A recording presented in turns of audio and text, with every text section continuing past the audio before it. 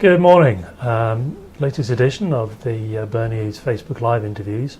I'm joined today by Walter Roban, the Deputy Premier Minister for Transport.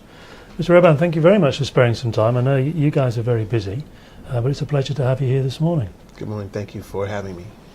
We'll cut straight in. There's an awful lot of issues under your ministry at the moment. You're pretty busy. Let's start off with the airport, first of all, though. And I know that in the PLP's manifesto there was a 100-day pledge. One of them was to review the privatisation contract between Aecon and to see if Bermuda can get a better deal. Now, you've got 23 days left. Where are you with that review? That review is currently going on, and we will announce to the public once we're finished with our assessment. I'll have to discuss it with my cabinet colleagues and others, but we are carrying out as we speak. Can you give me an idea of who's doing the review and the scope of the review? It's been done internally by both the Attorney General's Chambers and the Bermuda Airport Authority, along with the ministry. And the scope? The contract, the whole contract. Right, so you're reviewing the whole contract? Yes. Is there anything specifically you're looking for? I think it's very clear to everyone the PLP's position on the contract. I think everybody's clear as to what the public's position was on the contract. It was not popular how this contract was devised, and we feel that in light of the points that we made prior to the contract being finalized, that those points are valid, and we must do our best as the government of the day to find out if there's a better deal for the country.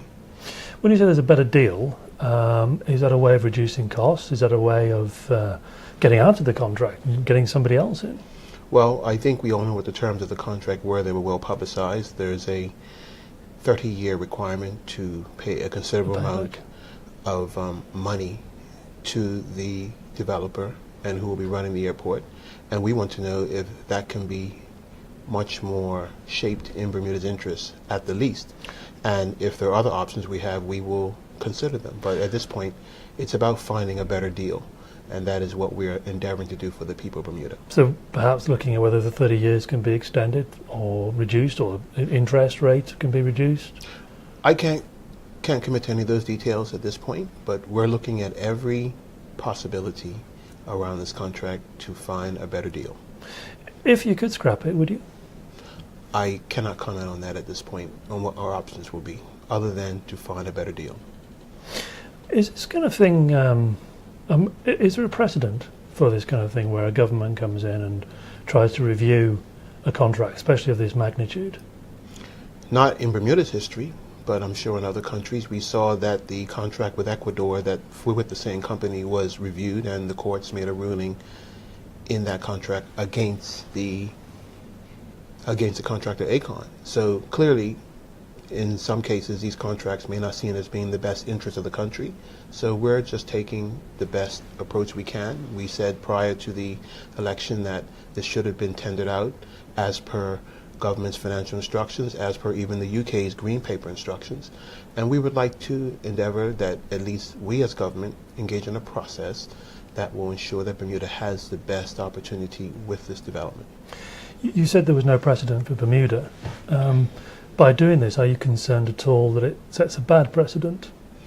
We are concerned about everything that might not be in Bermuda's best interest. Right now, as we are clear on this particular arrangement, we want to ensure that Bermuda has the best possible arrangement that will be in her long-term interest.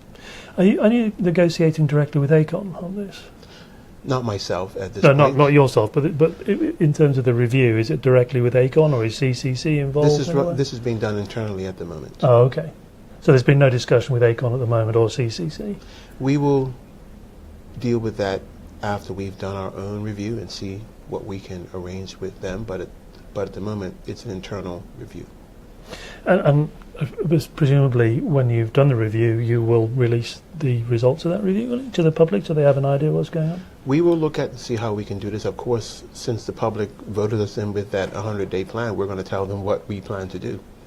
But you release the full details of the review? I can't commit to that at this point, but we will fulfill our 100-day commitment to ensure that we've gone through this review in the best interest of Bermuda.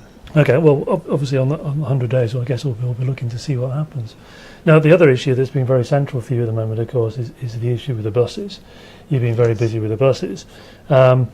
Just to remind the viewers, the throne speech said that residents who rely solely on public buses to get to and from work are severely impacted when a lack of available buses detrimentally affects the service, which in turn causes them to be late.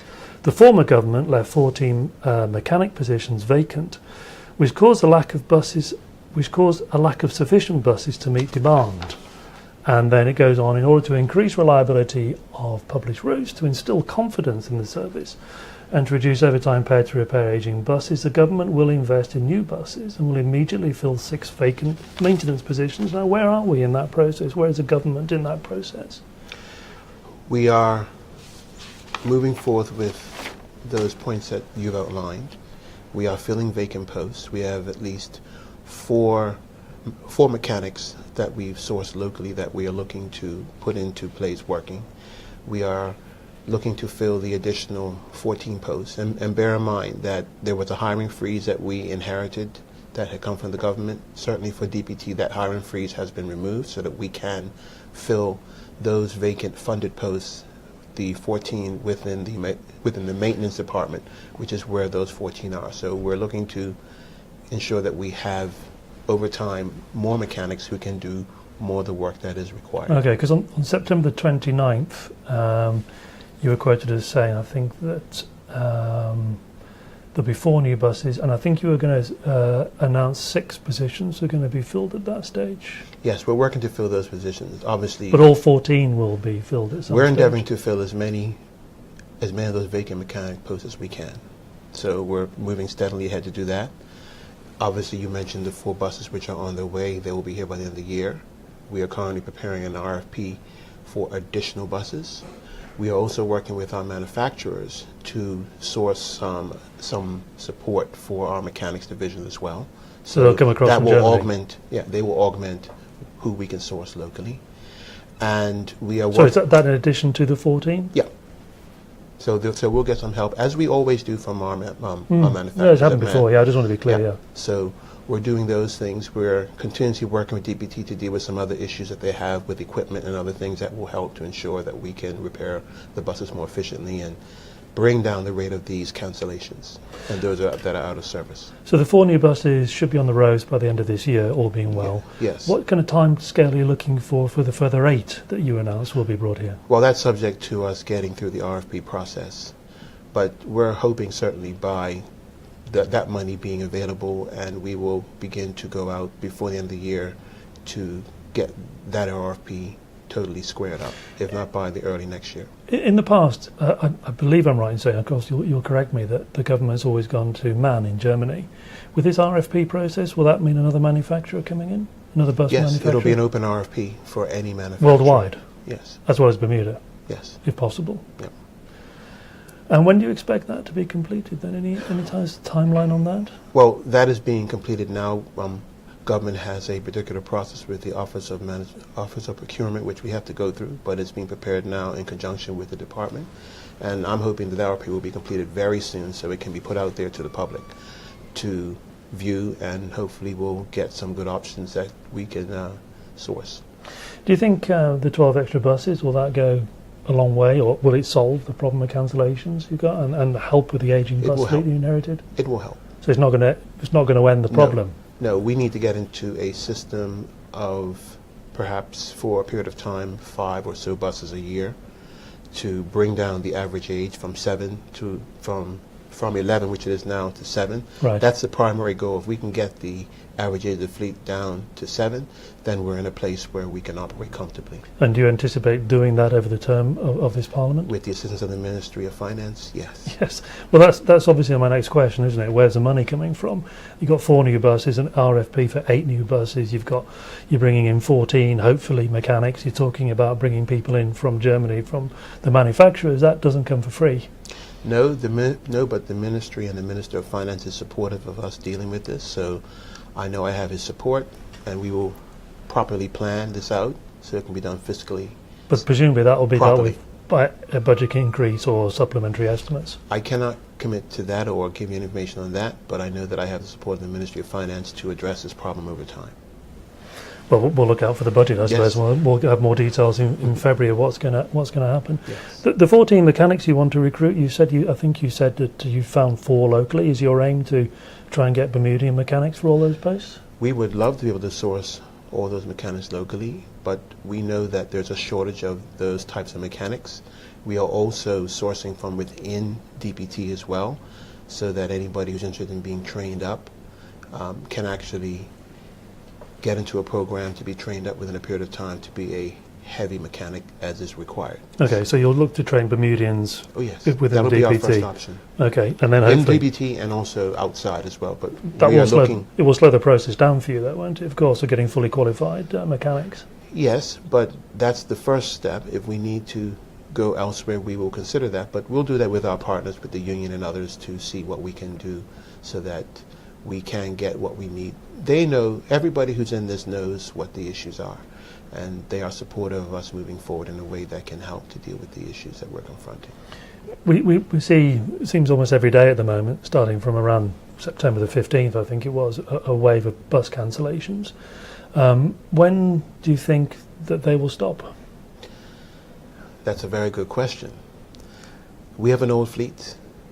That is part of the challenge we're facing. So as we fix a bus, often we have to deal with that bus only being functional for a period of time because it's old. And that's one of the challenges we have, that even as we fix them to get back on the road, running them on the road taxes them, and then we have to take them off because they're old. And even the ones that we bought newer in 2014, they're being worked additionally because the rest of the fleet is taxed itself, or much of it is out of commission. So we have to do some things differently, which we're working on, to work with what we have until we can get some new assets that can help to relieve some of the stress on the rest of the fleet. When would you like to see the end of bus cancellations?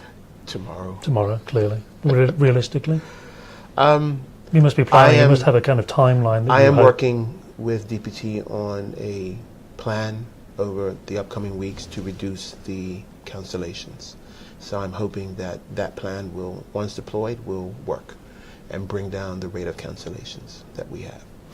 Which, presumably, coming on to the next part of this issue, will reduce the reliance on the minibuses that you are contracting. How's that going so far? Can you give me an idea of how many times they've been called upon to be used? Well, they've been used daily since we've signed the contract.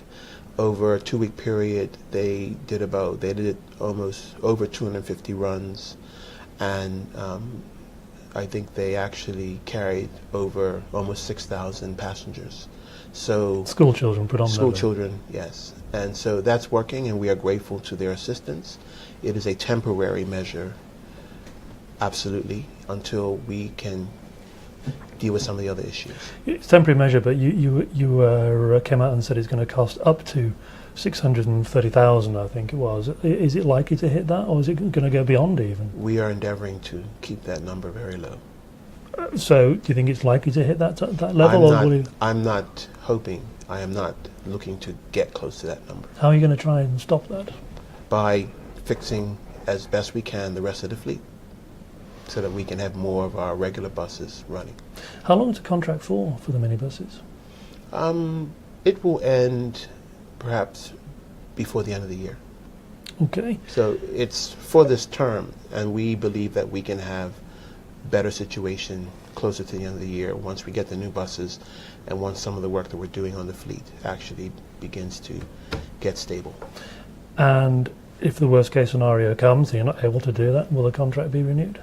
I can't commit to that. I'll have to discuss that with the Ministry of Finance and my colleagues. Because it's quite an important issue to tell viewers, though, that especially when it's aimed at school children, they need a bit of stability. We are not going to do anything that's going to inhibit the school children getting to school. We will make sure they can get to school, whatever we have to do. So these still are hired on an as-needed basis? Yes, where they're needed. So there's no fixed number every day? So you coordinate in terms of bus cancellations, call the minibus operator and say, hey, we need you at X, Y, and Z? Well, I believe it's all arranged as to which school runs they're doing, and they do them so that, and they were purposely put in place so they could relieve the regular buses from having also that responsibility so that we can keep more of our buses either out of service to maintain while maintaining the regular morning runs for the regular commuters, so that it gives us some wiggle room to keep more in a maintenance cycle in the morning so that we can try and deploy them later in the day as best we can if we have them. You never announced in all the press conferences and press releases and everything, you never announced who got the contract? It's the Minibus Association. Okay. So it's not individual minibus operators we contract with. We contract with the Minibus Association, who then organizes the minibuses for us around the working with DPT. Okay, well, that wasn't made clear. Well, at least it wasn't clear to me. I'm glad we get some clarity over that. Sure. Ferries. Next part. Okay. Now then, how are the ferries at the moment? They're in a good shape. Are they going to be in a good shape for a good while? Yes. We are getting rid of the Millennium, and that is primarily because their contract is finished, and we believe we've spent enough money on that. But the Millennium, that's the St. George's Dockyard route, yeah. And that was brought on to give us some space to bring our other ferries up to scratch in a maintenance cycle. That's been done. So without the Millennium, we should be able to have our existing fleet deal all of the work that is required going forward. And of course, NCL, they're going to be providing one or two ferries, aren't they? When are they likely to come on schedule? Because presumably that will relieve the pressure as well. That contract has been arranged. I believe they're working on having a ferry, as you said. I'm not sure when that contract starts, but it has been finalized with them, and they'll be providing a ferry that will provide lift for their passengers going forward. So maintenance-wise, you're pretty happy with where they are at the moment? We don't expect to see any problems with the ferries?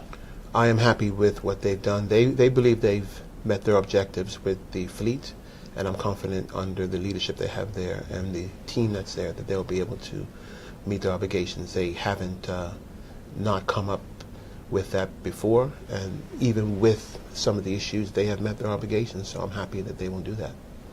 Just continuing on the theme of the ferries, you made a statement in the House recently to say that the America's Cup had cost, if that's the right phrase, about 1.6 million in ferry costs.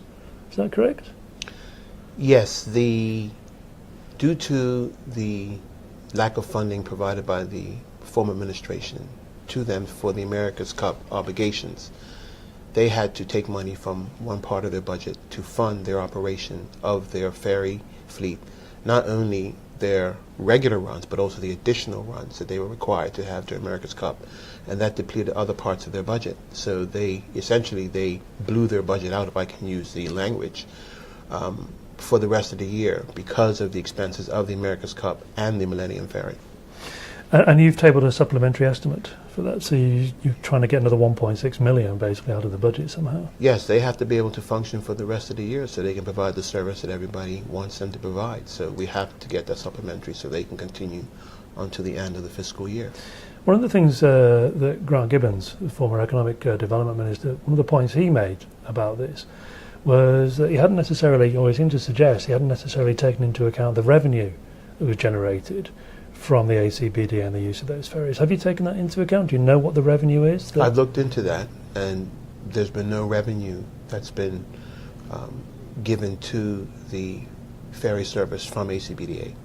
And I'm waiting to get some sort of calculation from the ministry, which they're honored to see what actually happened with that. But I have no information on any revenue, as the minister says.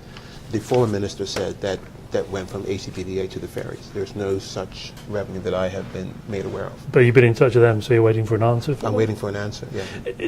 Because, again, in the House, there was a mention, again by Grant Gibbons, he was talking about a memorandum of understanding with the ACBDA for ferry services during the event.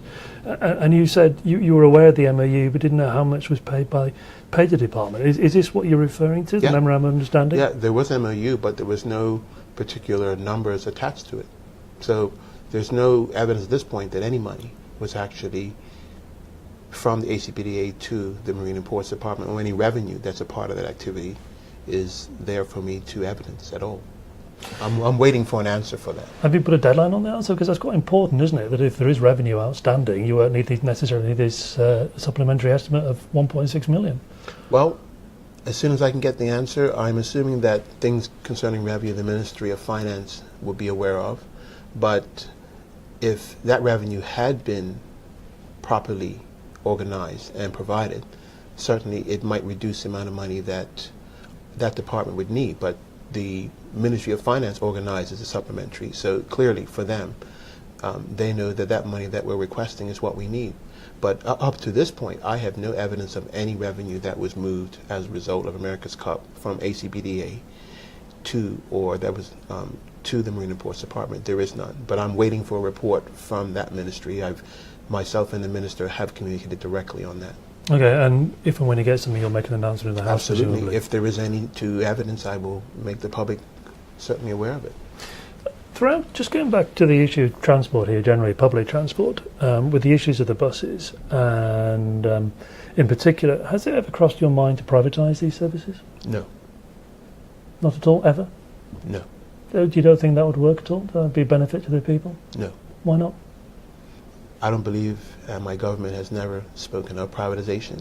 I do not believe, certainly I don't, and now does the government believe that that is the answer. I challenge anyone who believes that they could provide that service affordably and more efficiently than can be done now. Fair enough. Keeping on the theme of transport, obviously, because you are the Transport Minister, in the throne speech, again, I'll read this so that the viewers can have the context. Technology is modernising transport globally, and Bermuda must examine those trends when taking into account the future of public, private and public service transportation. Bermuda is also modernising and is now home to 3-wheeled vehicles, 2-person rental cars, limousines and water taxis. The government will conduct a thorough review of transportation and will produce a green paper on the future of transport in Bermuda. It will provide various options of modernisation, which also takes into account the needs of the differently abled. Can you kind of expand on what you want to do there and the kind of areas you want to explore and why? Absolutely. Definitely, we are in the process of preparing to do a green paper, which will then bring about a new transportation plan. The last one was done in 2002, so it's high time now that there be a new plan done for transportation in Bermuda. So we're looking forward to that process and engaging with the public and everyone who wants to be involved in that. And that's going to cover every aspect of transport, public, private, any new opportunities that there are, looking at different technologies such as more renewable forms if needed, and if that. And I can say, perhaps as a new piece of information, this is something that the Premier and myself are keen to advance, is renewable options within government itself. Yeah, I think you guys pledged to replace the fleet with electric vehicles in the government fleet. Yes, and that is something that we are focused on doing as steadily as we can accomplish, considering. So there'll be a process whereby if you need to renew a vehicle, you'll look to see if you can replace it with an and we'll electric look for vehicle. renewable options as a top priority. And that will carry on and on. Yes, as a rolling throughout programme. government. As a rolling programme. Yeah. In terms of this review of Green Paper on transport, is that for locals or is that for visitors as well? And what the visitors can use? Because there's been a lot of debate, a lot of discussion about the electric cars, the 3-wheel bikes you mentioned and stuff like that. And people are saying it's time to allow these for visitors. Well, I won't go any further than what's already gone with visitor options. We see that we have the mini cars which are available, and we will continue to assess how that's going, and obviously create a regime that if it is the view of the wider public that that sort of transport can continue to be developed in Bermuda, we will make sure that that's properly handled. Because you've got you're treading a bit of a tightrope here, aren't you? On the one hand, you want to modernise. On the other hand, you've got to protect local jobs. Exactly. We're not looking to reduce local participation in transport, whether as a user or as a as sort of being a part of the wider transport mix. We want more people to feel enthusiastic about being involved with transport, private side as well as public side. So it will be for visitors as well, how they can get around that, but that will form part of the review. Every area that might be considered can be dealt with in the green paper, and then ultimately a white paper, and then obviously government initiative in the legislature or otherwise in policy. So it's going to be a very open process that everybody who has ideas and options can make sure that they're part of the green paper process. That's why it's done that way. It's the open end of it, where everyone It's a can consultation participate. paper, so people are aware. So it's for the wider community. So we're going to look at all the different options that are out there, any new technologies that can enhance public transport and private transport. Just recently, I was in London on business, and I had a chance to see what's going on in that city around public transport and taxis. With buses, I saw a hydrogen bus that looked very interesting, and I know that technology is expanding. So there are renewable options that can be perhaps investigated, and also the use of other technologies to track buses to provide more information to commuters. These are things that we'd like to look at to like deploying in Bermuda as options for everyone can use, so that we can make transport friendlier and easier and more efficient for everyone. The thing with technology, it's something new, it seems, every day. And you mix that with sort of consumer demand and then entrepreneurship. Are you in danger of slowing things down, slowing change down? We're not trying to slow change down. We can't stop change, and I'd like to see all aspects of transport modernized. You know, we have to move with the time, and it'd be nice if we could have the classic days of very simple sort of buses moving around and things be very quiet and easy, but we can't, because the world out there is kind of pushing in as well, and it's filled with technology, and we should be able to, in Bermuda, as we profess ourselves to be a very sophisticated jurisdiction, we should be able to take those on with ease. So until the green paper's done, then there's a white paper. Will you kind of put a freeze on anything else happening, or will you be sympathetic to people who want to introduce an innovation in regards to transport? Yes, of course. We're not going to stop anybody who has ideas from coming to us and talking about them. I've already entertained. What about implementing them? Well, we'll see about that, but I think first we have to see how it fits, and there may be opportunities to bring things on board even before a process is finished with the green paper, white paper. But we don't want to stop innovation, because if it can help make things better for the public and users and ourselves, we will entertain at least even starting to look at it. There were a few things in the manifesto that I don't think appeared in the Friend speech, and I just wanted to see if they were still on the agenda or not with regards to transport. It said, so ensure all new public transportation is accessible for Bermudians with physical disabilities. Is that still on the cards? Yes, we intend to work with those in the community who are advocates for disabled persons to widen the transportation options. This is an area that I personally have wanted to see advanced further. It's unfortunate in the past that it has not. There are a variety of issues why it hasn't, and even some of the efforts where we tried didn't work well.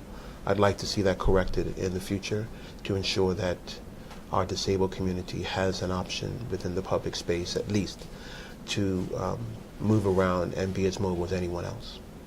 What about introducing electronic fare collection on public transport? Yes. I have already... So we're going to be able to swipe our cards to pay for a ferry ride? I look forward to that being deployed at some point. I have already had discussions with DPT in particular, and the staff there. In one of my early tours, I went to the department, and I spoke to those who handle fare collection within. And I asked them, well, would you be adverse to us having a sort of money-free system? And they said, absolutely, Minister, we would welcome it. It is kind of frustrating, I think, maybe for tourists, when you go and pay for a fare and you haven't got $10 to get to Dockyard and back. Yes. I would like to move away from that as soon as is reasonably possible. I think that would be of help to everyone, including the operators of our buses, as well as those who wish to use them, particularly visitors and locals alike. So these options are all going to be friendly to everybody as soon as we can properly organize and deploy them. And what about, he says, extend the public transport network by use of minibuses to areas not currently served by public buses? Yeah, that can be explored. There have been efforts in the past to do that. That's a significant budget implications, though, hasn't it? Presumably? Well, if we're working, this is where perhaps the entrepreneurship aspect of public transport can be used, and we can perhaps work with those who have minibuses to augment that system and provide feeder opportunities for smaller operators who can bring people from our larger catchment areas to main routes. That's something that we will look at and will be explored in the Green Paper, I assure you. And I assume something else in the Green Paper is when you say in the manifesto, the election manifesto, reduce the competition for tourism dollars between government and public service vehicles. I've always heard that's a bit of a bone of contention with taxi drivers, want to give somebody a tour and they get on the bus instead. Yeah, we'll look at that further. Because presumably that's revenue for you as well, isn't it? There? Yes, because I'm not looking to do anything that's going to decrease revenue opportunities for public transport. But I think there's a way that we can work with that. I think a lot of that has to do with the ongoing sort of friction between minibuses and the taxis more so. And if we can reduce that friction, perhaps there'll be less issue with that like segment. But we will work through these issues. I had a recent meeting with members who represent the taxi industry, and it was a very good meeting. And we're interested in talking about the future, not focusing on just the problems. Just wind back a little bit to talking about electric cars. And I've been lucky enough to actually drive it to it. It was really good fun. And actually 6'2", 200 pounds, I managed to get in okay as well. Is there any prospect of making that available to locals for lease or even to buy? I think we'll explore that with our Green Paper process on if we can make further steps with that. I myself took a ride in one of those vehicles, and it was very nice. You feel and every I bump? was impressed. Yeah, but I was impressed with the vehicle, and we'll see. I think we have to take these steps all very carefully and sort of consider them carefully. I am mindful of some of the tension that was around that discussion when it did emerge. Yeah. And I'm not interested in duplicating that. I'd like to see the process, if it's going to move forward, it move forward with everybody having some agreement. Perhaps in light of some of the concerns about road safety, we need to consider wider options that can be safer for road users. I'm not saying that this is going to be the option, but I think we need to look at that as well. What will help to make the use of the road safer? Do we stick with just the moped option, or do we move to an option that actually may promote greater safety? I'm glad you mentioned that, because obviously you're psychic. I was about to come on to that subject. And I've got a daughter who's coming up to the age of 16, desperate for a bike. I don't particularly want to buy a bike, but I would buy one of these. Is that something you would be prepared to look at in the context of road safety, to allow them for it to be used by a 16-year-old for lease, for sale, whatever? Because they've got four wheels, they've got side impact bars, they're a lot safer. I think all your points are very valid, but I would prefer to come to a final process on that once we get through this process of the wider considerations of transport.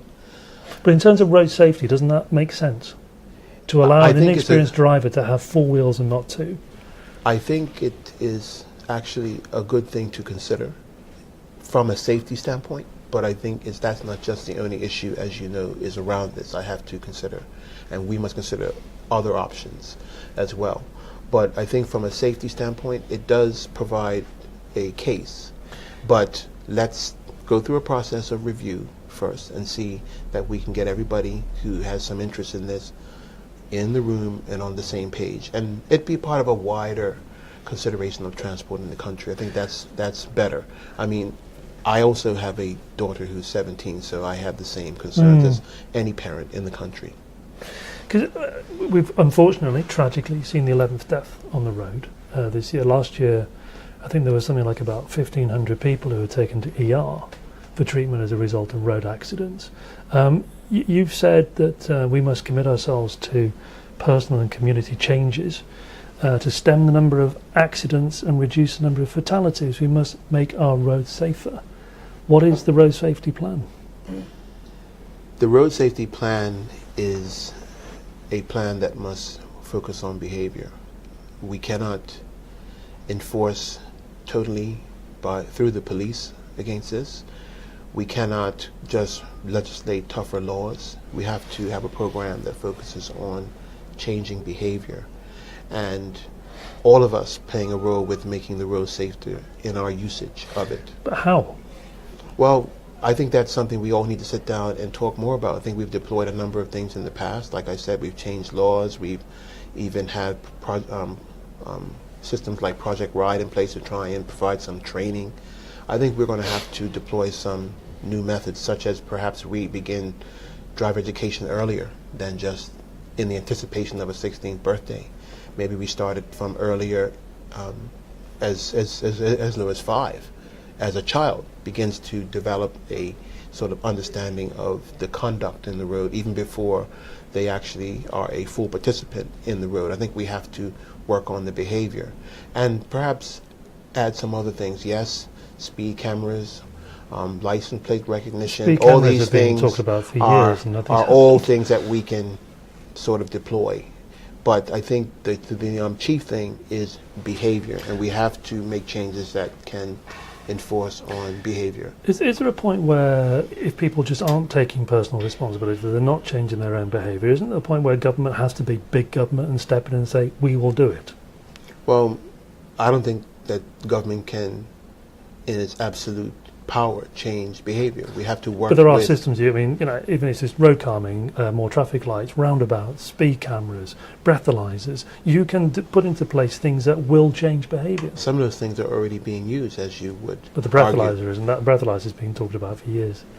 Well, Been identified. And it's well, started being brought breathalyzer in. is used, but I think you're talking more about roadside sobriety testing. Okay, yeah. Right, we do use breathalyzer. Yes, here, roadside right. sobriety testing. Yes, Right, yeah. that is something we've committed to and that we intend to work on to get in place for this calendar year. We've made a commitment to do that. So have you overcome the constitutional issues that were raised before, which I believe were around racial profiling?